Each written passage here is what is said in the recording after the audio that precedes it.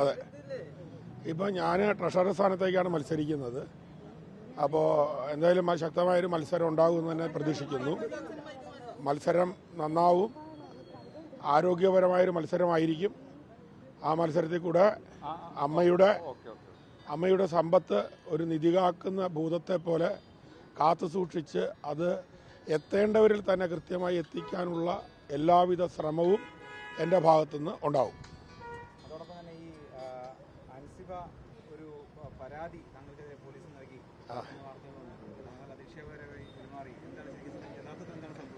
അതൊന്നുമില്ല. ഇതൊക്കെ ഇലക്ഷൻ അല്ലേ, അപ്പോൾ എന്തെങ്കിലുമൊക്കെ പറഞ്ഞ് ചുമ്മാ ഒരു രസമൊക്കെ വേണ്ടേ? വെറുതെ നമ്മൾ ബലം പിടിച്ചു തന്നാൽ മാത്രം മതിയോ? ഇത് ഇലക്ഷനാകുമ്പോൾ ഒരു രസമൊക്കെ വേണം.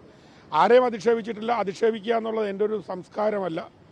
ഒരാളോട് പറയേണ്ട കാര്യങ്ങൾ മാത്രമേ ഞാൻ പറയാറുള്ളൂ. ഒരാളെയും മോശമായി കാര്യം I+U+ എന്ന മാത്രം കാണുന്ന ഒരാളാണ് ഞാൻ. കേമനാണ് എന്നെനിക്ക് വിശ്വാസമുണ്ട്. പക്ഷേ എൻ്റെ മുമ്പിൽ നിൽക്കുന്നവരും കേമന്മാരാണ് എന്ന് വിശ്വസിക്കുന്ന ഒരാളാണ് ഞാൻ.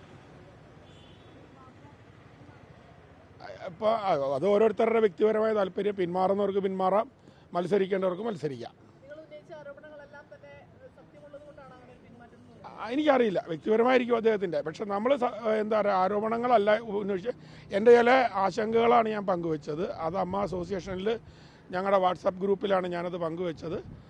അത് എന്താ പറയുക, അത് എനിക്കറിയില്ല, അത് അദ്ദേഹത്തിൻ്റെ വ്യക്തിപരമായ കാര്യമാണ്.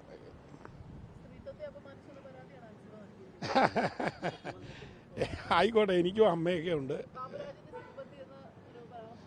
അല്ല, സിൽബന്തി എന്നൊക്കെ പറഞ്ഞ സുഹൃത്ത്, അടുത്ത ആൾ എന്നൊക്കെ അതിനർത്ഥമുള്ളൂ. അതൊരു കോമൺ കൊളോക്കിയൽ വേർഡാണ്. അല്ലാതെ അതിനപ്പുറത്ത് പ്രത്യേകിച്ച് വലിയ കാര്യമൊന്നുമില്ല.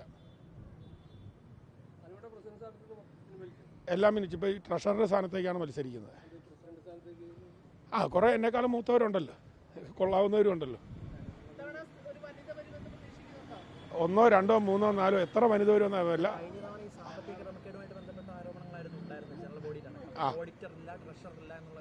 അതെ, അത് ട്രഷററായിട്ട് ഒരുപാട് കാര്യങ്ങൾ ചെയ്യാൻ സാധിക്കുമെന്ന് ഞാൻ വിശ്വസിക്കുന്നു. കാര്യം ഈ എന്താ പറയുക, ധനം കൃത്യമായി വിനിയോഗിക്കുക എന്നുള്ളതാണ്. അതിന് ധനപരമായ വിനിയോഗത്തിന് ഒരു അച്ചടക്കം ഉണ്ടാക്കും.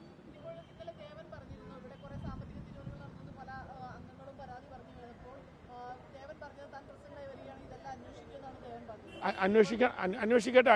എന്തായാലും ഇപ്പം പുതിയ കമ്മിറ്റി അധികാരത്തിൽ വരികയാണെങ്കിലും പെട്ടെന്ന് തന്നെ ഒരു ഓഡിറ്റൊക്കെ ഉണ്ടാവും.